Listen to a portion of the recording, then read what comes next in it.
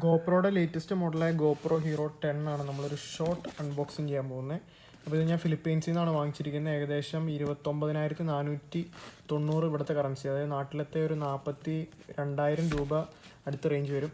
അപ്പോൾ എന്തായാലും നമുക്കൊന്ന് തുറന്ന് നോക്കാം ഇതിനകത്ത് എന്തൊക്കെയാണ് ഉള്ളതെന്ന്.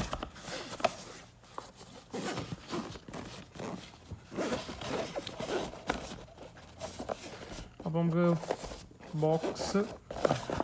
ബോക്സ് തുറന്ന് വരുമ്പോൾ നമ്മുടെ ഗോപ്രോ ഇവിടെ ഉണ്ട്.